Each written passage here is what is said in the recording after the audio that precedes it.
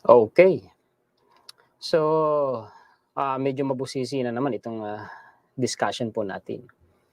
Dati po, nung, panahon po ng nung panunungkulan ni former President, Rodrigo Duterte, nagkaroon po ng, mga pangamba, bali-balita na posible o baka umano sakupin o kubkubin, kamkamin ng China ang, Pag-asa Island. Gaya nga nitong, balita na ito ni The Diplomat, ang sabi niya, South China Sea, a Chinese invasion near the Philippines, Pag-asa Island in the splat list.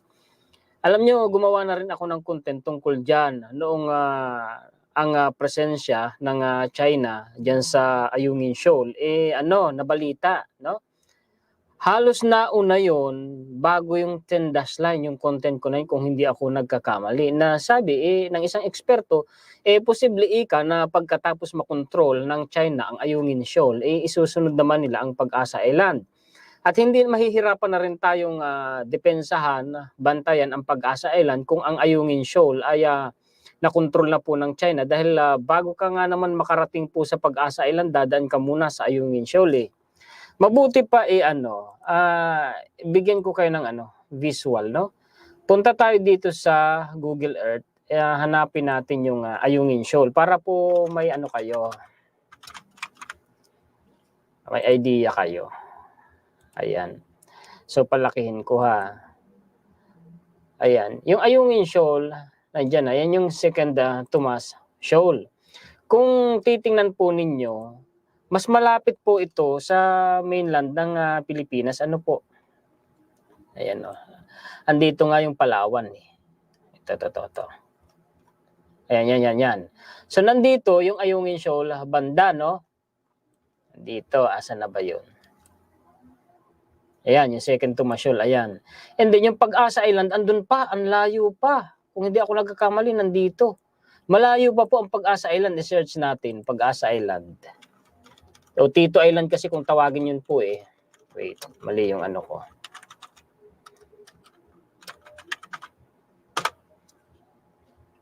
Isipin niyo yun tama nga yung ano ko.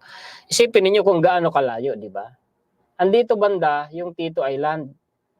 Tapos ang Ayungin Shoal nandito, yung second Tomas Shoal. Ang layo. So nabalita yan, ginawan ko yan ng content. Alam niyo ang kagandahan po, kung dati na na nabalita na ganyan, may mambabatas pa nga po eh.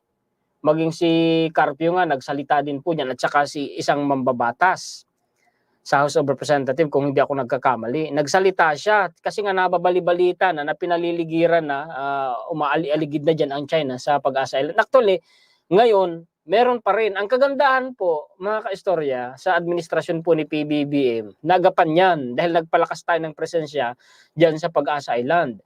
Nagpatayo na nga po dyan ng station, kung hindi ako nagkakamali, ang Philippine Coast Guard, 3-story building para mamonitor po ang presensya ng ng China. At ito pa ha, ang sabi ng atin pong sandatahang lakas, pinaplano na ng Pilipinas na magtayo ng dyan, ng isla ha. Isla ha. Asan ba yun? Ipakita ko sa inyo. Ito ba yun? Ito yata. Ayan o, Philippines to develop islands in West Philippine Sea, military chief. O kita nyo, galing nga sa sandatahang lakas natin, no? Tapos meron pang isa. Ito, inaano ko lang kayo ha, papasadahan ko lang saglit sa inyo kung paano iikot, kung saan iikot yung topic po natin. Saglit lang to. Hindi ako pwedeng magpatagal kasi may pupuntahan po ako. Sabi dito, ito, palagay ko opinion lang naman nila ito, no? Pero nakita ko kasi mukhang may punto. So gawa natin ng komentaryo, ng reaction, opinion, no? Ang sabi po dito, unahin ko muna to mga kaistorya ha. Max Defense Philippines, ito po ay Facebook page, no? Ang sabi dito, had a chat with someone from the Marcos administration. So may nakausap umano siya mula sa administrasyon ni PBBM. Apparently, there is a high chance that former President Rodrigo Duterte and his children are being urged by China to destabilize the current Marcos administration. Totoo kaya to? Si former President Rodrigo Duterte daw po, no, at saka ang kanyang mga anak, parang kumbaga napipwersa ng China para i-destabilize umano ang administrasyon ni PBBM and is backing the Dutertes to take over the country's leadership.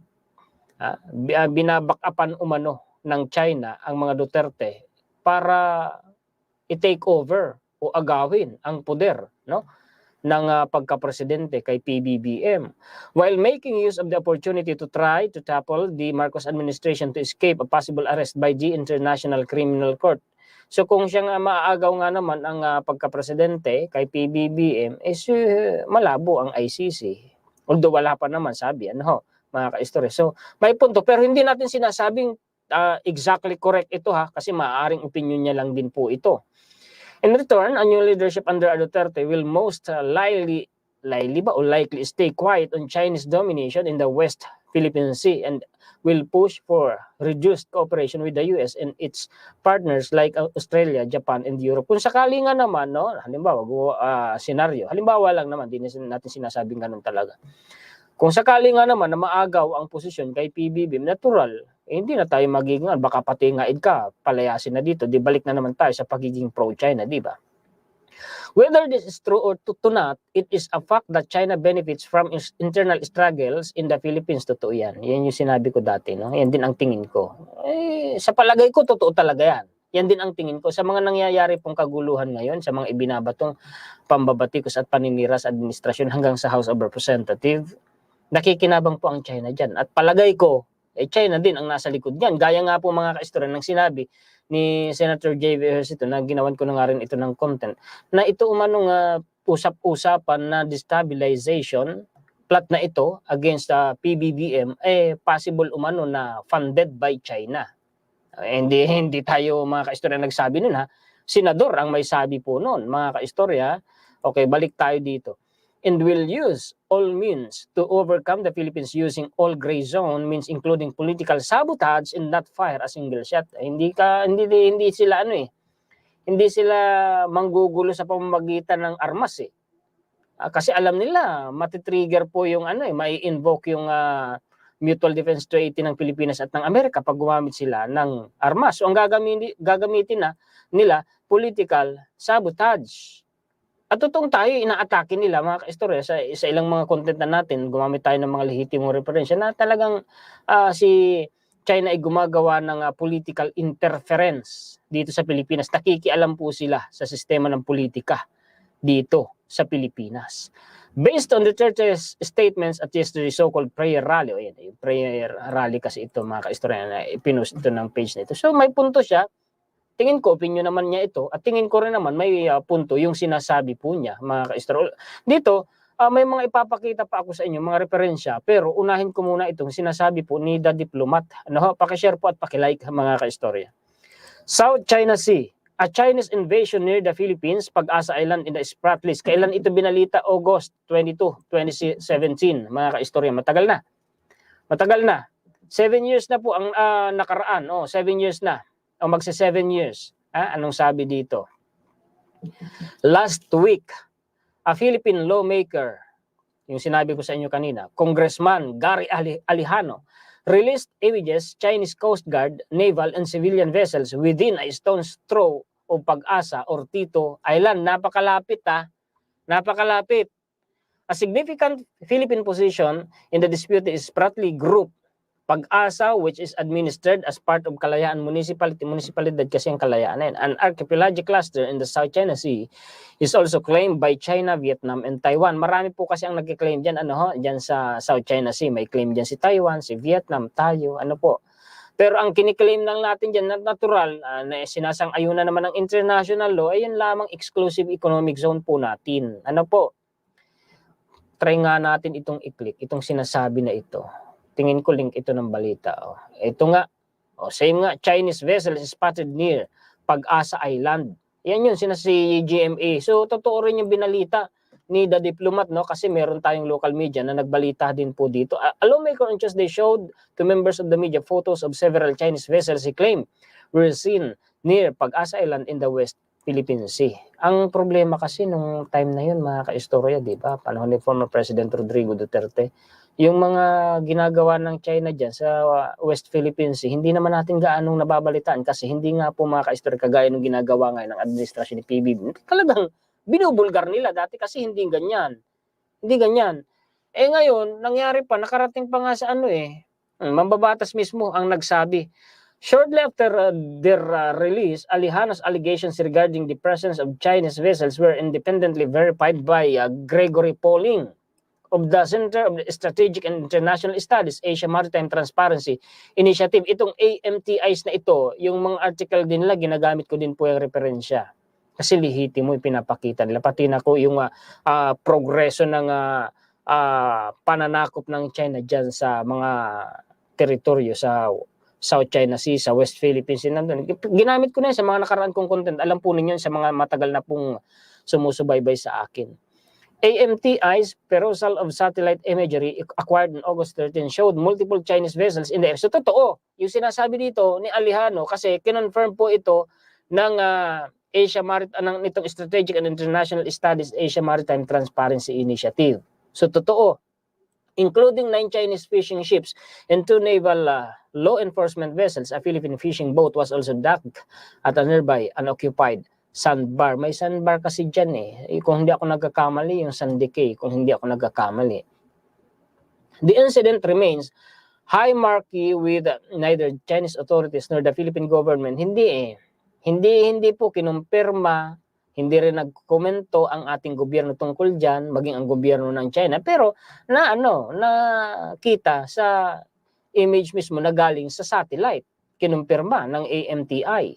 Philippine Supreme Court Senior Associate Justice Antonio Carpio described the events underway near Pag-asa as an invasion of Philippine territory. Sabi mga kaistorya ni dating Senior Associate Justice Antonio Carpio na yung ginawang yun ng China, yung sinasabi dito ni Alejano ay maituturing umanong invasion o invasion of the Philippine territory.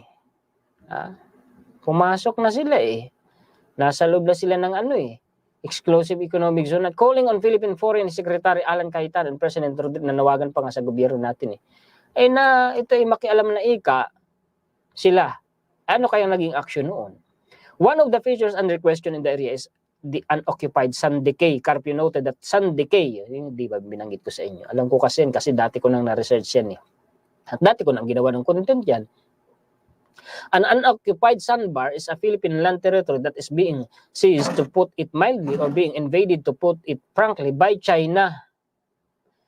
Sandikay should not be conflated with Vietnam. Iba kasi yung na ipagkamali pa nga ni Harry Roque itong Sandikay sa Sandikay. Iba po yung Sandikay Sandikay malapit po yan sa Tito Island or Pag-asa Island. Atin po yan. Tinatarget din po yan ni China. Dati kasi low tide elevation siya. Pero ngayon permanente na po siyang nakalitaw kahit po siya high tide, no? Iba rin po itong Sandikay. Ang Sandikay naman po kasi ang may control po dito ay ang Vietnam. Aside from the relatively short list of facts concerning current events that there are Chinese vessels near Pag-asa, totoo hanggang ngayon meron po Pero ang kagandahan po, namomonitor na po natin. Dati kasi hindi. Kung hindi nagsalita dyan si Alejano, paano malalaman natin? Kung hindi nagsalita si Alejano, paano maibabalita ng mainstream media? So walang kamuwang-muwang, walang kaalam-alam ang mga Pinoy, ganun na pala ang nangyayari doon. No? Kung walang nagsalita, ay di baka alam nyo na kung ano ang nangyari. Lalo na nung time na yon, mga kaistorya, hindi ako nagkakamali, wala namang station dati doon ang Coast Guard. Ngayon kasi, meron na. Hanggang ngayon, meron pa rin naman. Ito, kailan ito? January 30, 2024, over 200 Chinese ships. Pero hindi na nila basta-basta makamkam. Bakit nababantayan na po ng administrasyon ni PBBM, ng Coast Guard natin, nababantayan at ng atin pong Navy.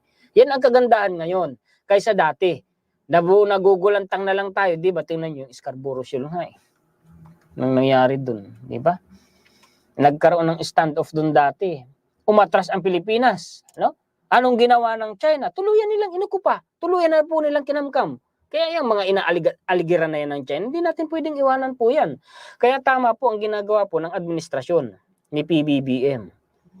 Talagang pinalalakas niya yung presensya po natin dyan. Pag iniwanan natin yan, ay tuluyan talagang kakamkamin niya ng China. Proven na po Sa nangyari sa nakaraan, yan lang Scarborough Shoal Umatras tayo, anong nangyari? Kasi sabi, hindi natin kaya. Hindi naman kailangan makipagdigmaan ka dyan. makipagmatigasan ka lang sana, na wag mong iwanan, ipaglaban mo, kasi nasa loob ng exclusive economic zone natin. Di ba? Yung nangyari kasi iniwanan eh. Di anong nangyari? Anong ginawa ng China? Tuluyan nilang kinamkam. Kaya tama din yung sinasabi po ni Secretary Gibo Teodoro ng Department of National Defense. Pag iniwanan mo o ikayan, wala na. Totoo nga naman. Tama. Sang-ayon ako doon. Yung kino-quote ko, siya mismo ang nagsabi nun. Hindi ika natin yan pwedeng iwanan. Tama po yun, mga kaistorya. Hanggang ngayon, di ba, nababalita? Ito, sinabi pa itong sa destabilization, ginawan ko na rin ito ng content, pro-China stance of some Filipinos may be part of the stabilization plan, Senator Hercito. Sa mga sumusubaybay sa akin na matagal na, mga kaistorya, browse lang po ninyo yung aking YouTube channel, no? Click doon sa live. Nandun lahat eh. Alam nyo naman, ang content ni Juan Historiador, kumbaga sa pagkain, yung specialty natin, history.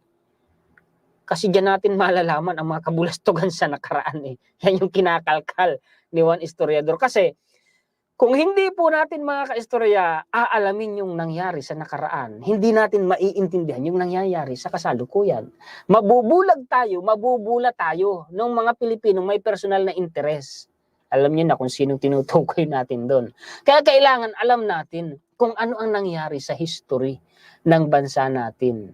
Ako yun mismo ang naisip ko eh. Bago pa po ako ng political issue, talagang ako kasi mahilig akong mag-research, magsaliksik, mahilig akong magbasa eh. Ayan, nagagamit ko ngayon na ipaparating ko sa inyo ang mga totoong nangyari sa nakaraan at sa kasalukuyan. Kaya nagigising ang taong bayan. Sa ginagawa natin, parang nagiging eye-opener po tayo. Kaya pakishare po at pakilike, mga kaistorya. Dahil sa ganitong paraan, malalaman ng ating mga kababayan kung ano yung katotohanan. Hindi kasi pwedeng, ang i-discuss natin lagi, nakikita ko sa karamihan, dinidiscuss, yung mga kasalukuyan lang. Pati itong mga DDS vloggers, mga kasalukuyan lang ang dinidiscuss nila. Kasi sa ganyang paraan, itong mga naninira sa administrasyon, sa ganyan kasing paraan, magagamit nila yan para bulahin, iligaw ang mga Pilipino. Pero kung alam ng mga Pilipino ang nangyari sa nakaraan, hindi kayo basta-basta mabubula, hindi kayo basta-basta maililigaw. No? Kaya ginawa ko talagang kakaiba itong akin pong pagbablog para magising ang mga kababayan natin, malaman nila kung ano talaga yung totoong nangyari at anong dahilan kung bakit nangyayari yan ngayon sa kasalukuyan. Nagigets niyo po, mga kaistorya. Meta warns that China is stepping up its online social media influence operations, kita niya. Sa mga nakaraan nating content, pinaliwanag na natin na ginagamit ni China ang social media, especially po ang Meta or ang Facebook, para mag-atakihin po ng disinformation campaign ang Pilipinas at gumagamit po sila ng mga bunganga, yung mga mouthpieces nila. Gumagamit sila. At gumagamit sila ng daan-daan, libo-libo ng account eh. Dami nga pong grupo eh. Dami nga pong pages eh. Naka-attract ng ilang followers. Daang libo kung di ako nagkakamali. Sa mga nakakatanda dyan, ginawan ko yun ng content, di ba? And speaking of talagang tayo target nila. Ito, ipakita ko na lang sa inyo kasi related pa eh. Itong balita rin ni The Diplomat. China's disinformation campaign in the Philippines. The Philippines has been the perfect target for China's political interference, but it won't be Beijing's last victim. Talaga pong nakikialam sa sistema ng politika si China. Mga balita Naniwala na kayo. Ayan pa yan pa. UC, political scientist explains how the Philippines has been the perfect target. Sinong nang tatarget sa atin ng disinformation? Si China. Mas patitindihin daw po ni China. Kaya kayo mag-ingat kayo. Yung mga nasa social media, yung mga sa tingin ni kumikiling na sa China, pero Pinoy yan, huwag kayong basta-basta magpapadala dyan. Huwag kayong maniniwala sa mga yan, mga kaistorya. Kumikilos po ang China. Tingnan nyo, pati Coast Guard natin, ina-atake ng cyber attack. Unknown hackers attack the formerly Twitter account of the Philippine Coast Guard, PCG early Thursday. Alam niyo kung sino ang hinala ko rito? Ang China. Malamang China yan. Yung DICT nga natin, nagsalita na mismong pa ni PBBM, kung di ako nagkakamali, website ni PBBM, sinubukang i-hack ng China At na-research ko din, hindi ko na ipakita dito sa inyo. Nanood ako ng isang dokumentaryo sa YouTube. Ang haba nun, mahigit 1 oras. Talagang yung dinokumento nila yung armed forces ng Taiwan, no? Kung paano sila kumikilos para po mga kaistorya, harapin, agapan, at kontrahin ang possible na pagkubkob ng China sa kanila. Nagpapalakas sila ng sandatahan nila, di ba? Meron pala sila talagang isang ahensya mismo o kumpanya nga, kung hindi ako nagkamali, funded by the Taiwan government para harangin at i-counter-attack yung mga hackers ng China. Hindi lang tayo ang inaatake ng hackers ng China. Taiwan. Oo, libo-libo.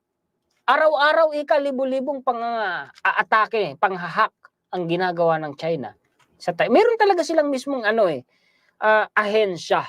Meron talaga na funded by ng Taiwan government para i-counter yung pang-hack at pang-cyber attack po ng China. Isipin nyo, pati website natin o website ni PBBM sinubukang i-hack ng China. Na-trace galing China. Galing gobyerno ng China. Tapos nag-offer ng tulong. Uy, kuy daw naman sa gobyerno natin.